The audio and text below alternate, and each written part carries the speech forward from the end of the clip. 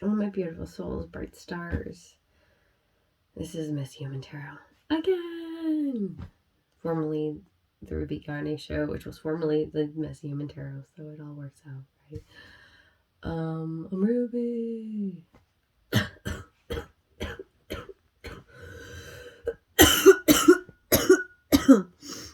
get better.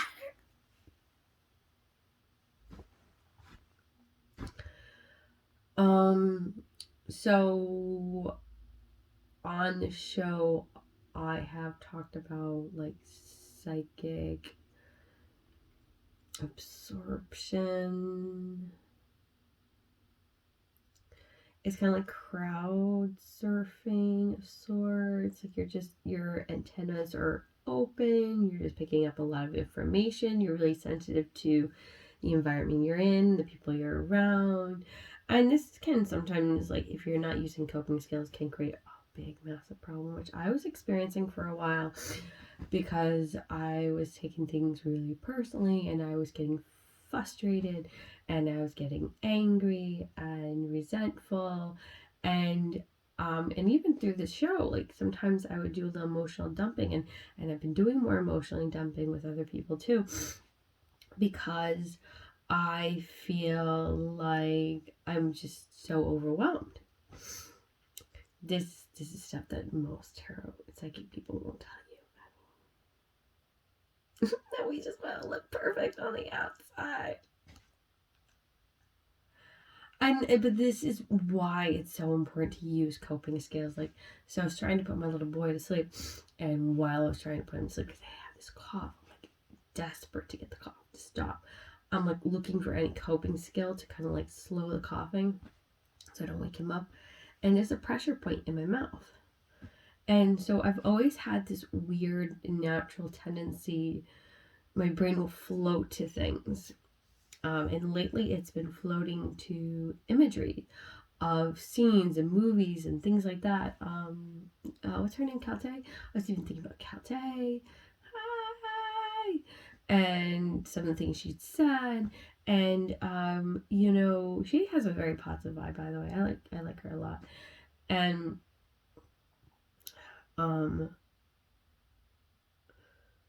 it made me think of Six of Cups. Because sometimes I think that there's a benefit and we open and be receptive to past versions of ourselves because especially when you become a mom, you sometimes like lose skills because you're so overwhelmed, you're just like on the go.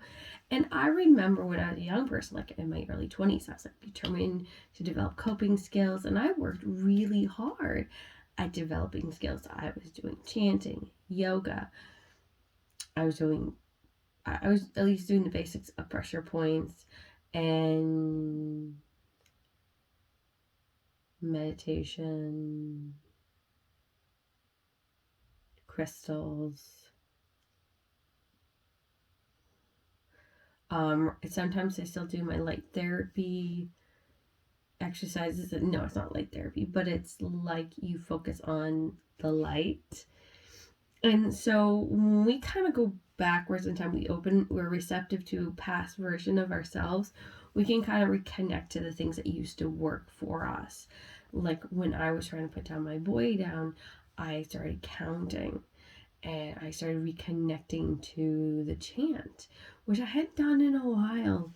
I kind of moved away from that because I don't know, I think that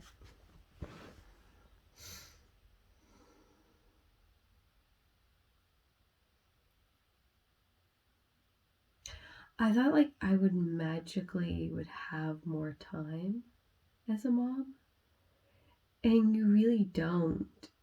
And so because I didn't have this time that I had when I was single, I was like, maybe it's not important. And that's kind of why it's so important for us to find ways of fitting in time somehow, even if it's just that breath, that moment.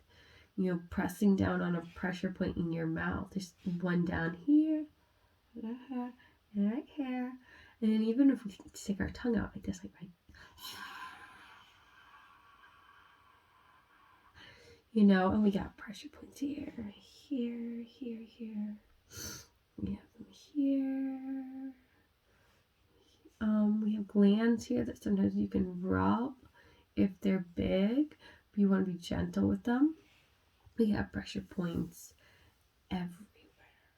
But we do need to be careful with our pressure points, right? And usually our hands tend to be energy portals. So you can rub your hands like this, even if you're not doing energy work, this is nice, gentle work. It's you're telling yourself, my body is sacred, my hands are beautiful, and I have this capability of healing myself. Isn't that lovely? Look at that. I like that.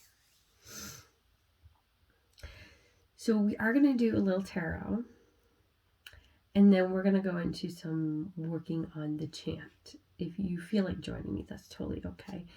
I'm going to be doing like a blend of videos where it's kind of going to be a blend of like what I was doing as a podcast with the tarot, but also too I want to include actually showing you these coping skills, some that I used to do all the time.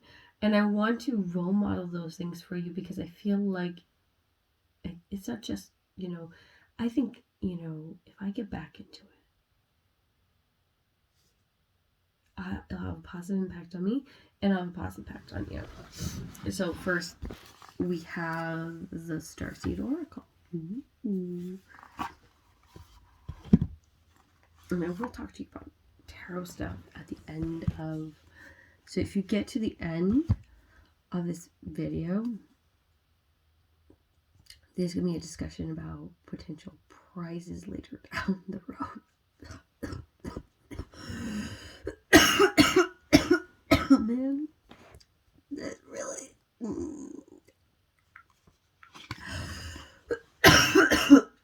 Yeah. Cracked open. Rock bottom, surrender the alchemy of life. So in this sense, I feel like, I think, for me, I always have a fear of rock bottom. I don't think anyone wants to hit rock bottom because we fear of what we will lose, and what we forget is what will we gain. If you look at this woman, right? Look at that. Look at that. That's the spirit. That's her spirit. She's now connected to the true essence of who she is. The body is just a shell. We came here to have a human experience. The spirit, it came in here. And we decided we wanted certain things. And so, we do have to surrender. We do have to be like, what? Like, it doesn't matter, like, if you've hit rock bottom or not. But, sometimes, like, we do need to let go. And I know that's easier said than done. I don't like letting go either, so don't worry about it. Just try your best. If you can't, just try your best. I'm not going to tell you it's easy, because it's not. I don't like it either. I'm feeling drawn to pull from the top. Okay, the void. Stop, embrace winter, great cosmic womb. And I like this card a lot. I really do. It's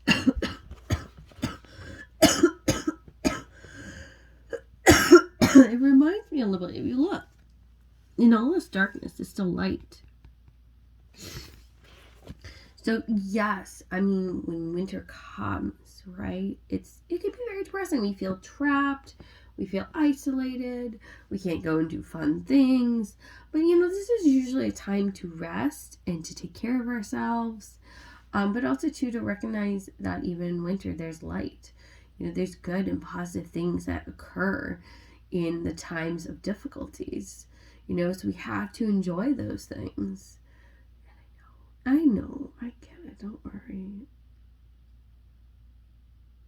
I do actually And a lot of what I'm telling you is just do what you can do moment by moment. If you can at least just let go and rest for like 2 seconds, high five, man. Good job. A new earth. It's happening. Keep holding the vision. So you see how she's kind of like moving forward? She has a destination. She knows where she's going. She does. So you definitely know where you're going.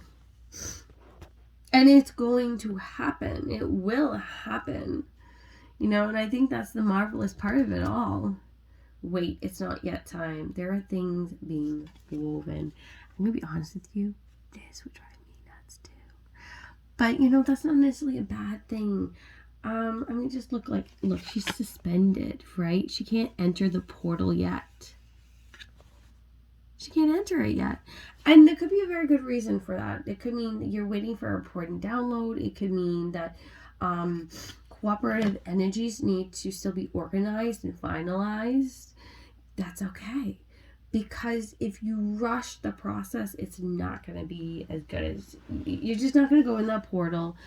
You're just going to go back into the matrix. And then you're going to have to wait to come out. And the whole thing is not fun. No, it's no fun. Let me see. Yeah, bottom of the deck. The Great Severing. Mars energy, anger, conflict, softening to love. That's interesting because I've been sensing a lot of Mars energy. Like specifically about I think it was 5 of Cups. Golly, what was it about? About internal conflict. You know, kind of like some rigidity, sadness, and pain, and anger, you know. But this is, you know, I mean, if you look at that.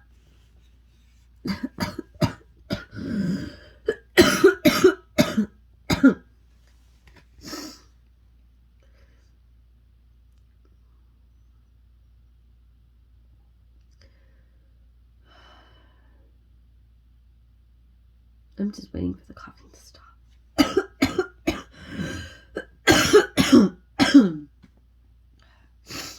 You know, I mean, it's sad. So I used to have dreams about Mars. That there was a colony on Mars. I'm going to tell you a little bit of the story. This was years ago, but this was like an incredible dream. So there were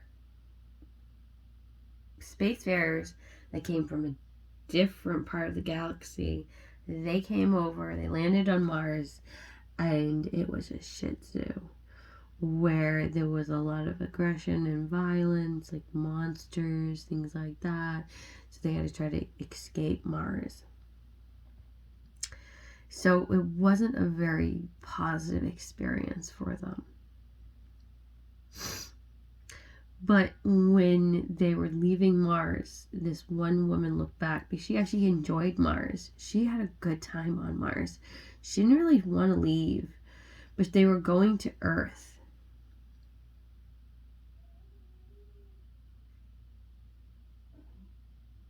So this woman had a special place for Mars.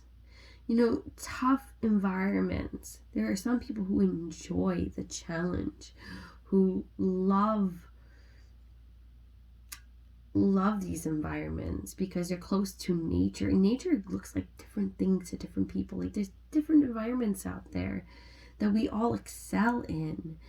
And yes, it can be hard when we're faced with challenges, but we need these challenges to grow and develop and become closer to love and God and source and to the divine source and to be cracked open, because we do need these challenges. We do actually hate it to get cracked open. But it's when we get really resistant and resentful, we can sometimes harden up and close back up. And that can be a problematic situation, admittedly.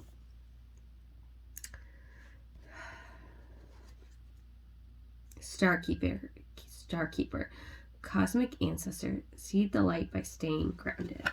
So this is definitely important. You can still be connected to the higher source of all that is, but make sure you are grounded. You can be both. And it comes down to coping skills. Oh no! Why did I have to go there? But it's true, isn't it? And we're gonna do some chanting. I am so stuffed. But I can't help myself. I have to do this. And do one more card. Starry ancestors, hidden secrets, lost wisdom. Look a little deeper. Yeah, like. Wait, let me see if there's a theme going on here. Okay. New birth.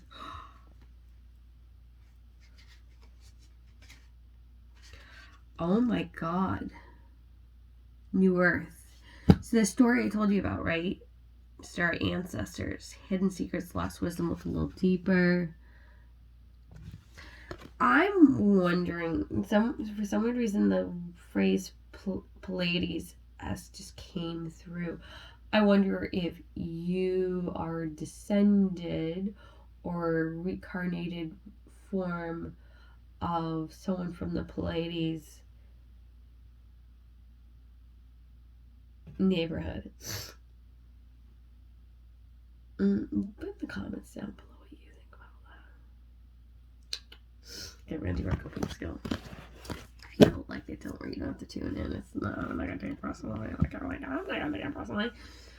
But we are gonna take a deep breath in. We're gonna, get ourselves grounded. I am sorry. I have. Let me just quickly get comfy. I need to get comfy. Alright. Yeah, you comfy? Get comfy. What are you doing? Get comfy. We have to get comfy.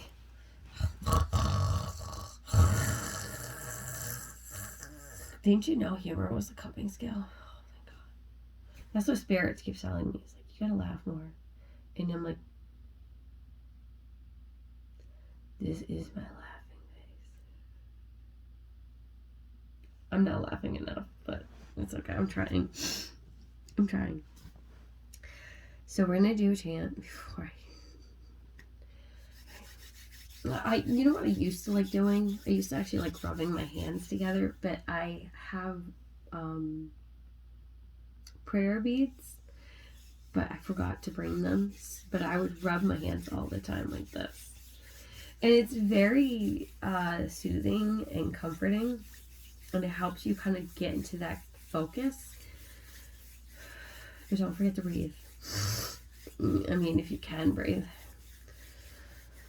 And you want to kind of be aware of your posture. I know it can be very uncomfortable, you don't have to have perfect posture. Don't worry about perfect posture, but kind of like make sure you feel comfortable. Like I'm already, my hands are already feeling the tingles.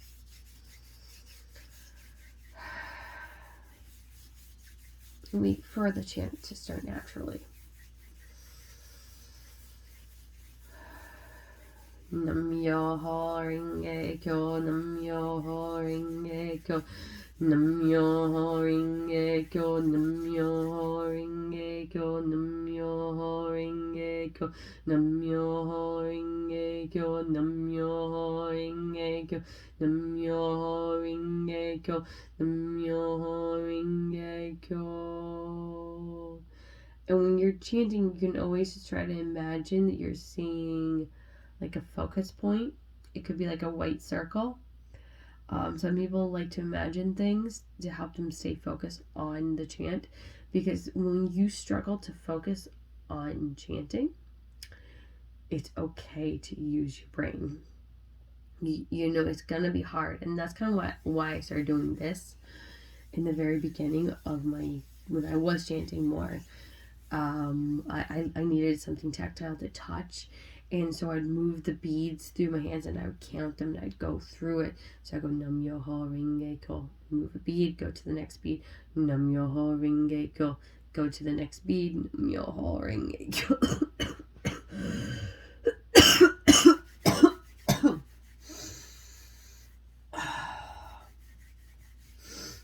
Alright, I'm seeing a door.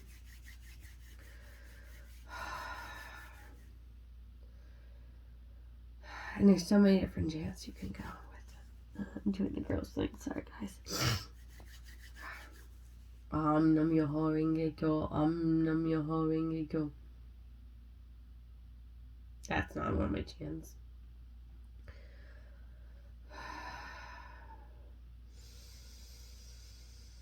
Jai Ma Durga, Jai Ma Durga, my beautiful goddess, help me pray a little bit better. Beautiful goddess, give me the courage to be cracked open. Jai Ma Durga, Jai Ma Durga, Jai Ma Durga, Jai Ma Durga, Jai Ma Durga, Jai Ma Durga, Jai Ma Durga. There's a face in. It's like, okay, so it was a door originally, and now there's a masculine energy, but he's kind of covered in his shadow, and it's like almost like a portrait, except not. It's really odd. Like, I was originally gonna do a chant, and it's like I'm seeing this imagery. I should get back to being focused. Let me go back to the other chant. Maybe I'll do Namah Shivaya. This is literally how I do it because I couldn't focus on one chant, so I go back. That's okay. You can mix it up. Don't worry. If you like ADHD like me, like that's how you actually learn how to chant. Is returning to a chant, even if it's a different chant. Yeah. Nam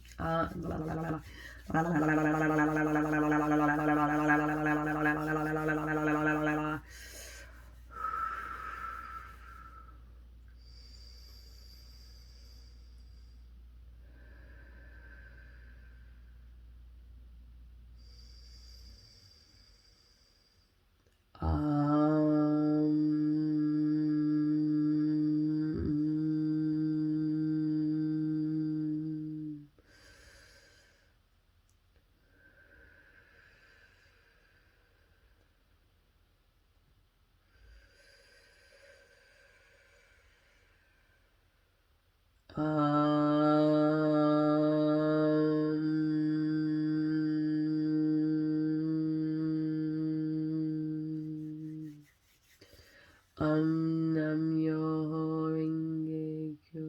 That's not a chant.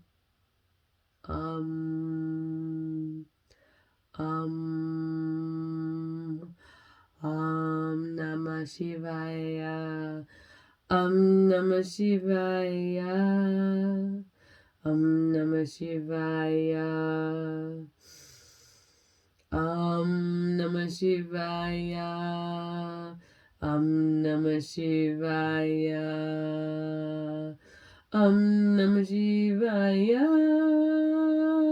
Namah Shivaya. Namah Shivaya. Namah Shivaya. Namah Shivaya. Namah Shivaya. Namah Shivaya. Namah Shivaya.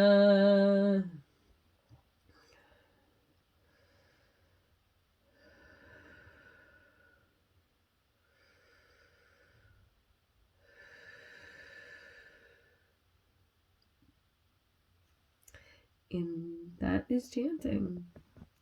I will try to go with this more frequently, so we can chant together if you want. Like, what's it called? Body doubling.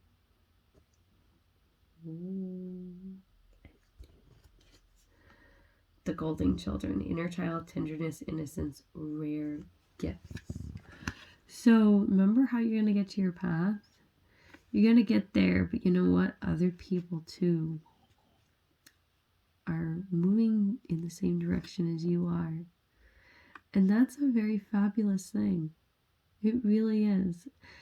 And so without further ado, I'm going to leave you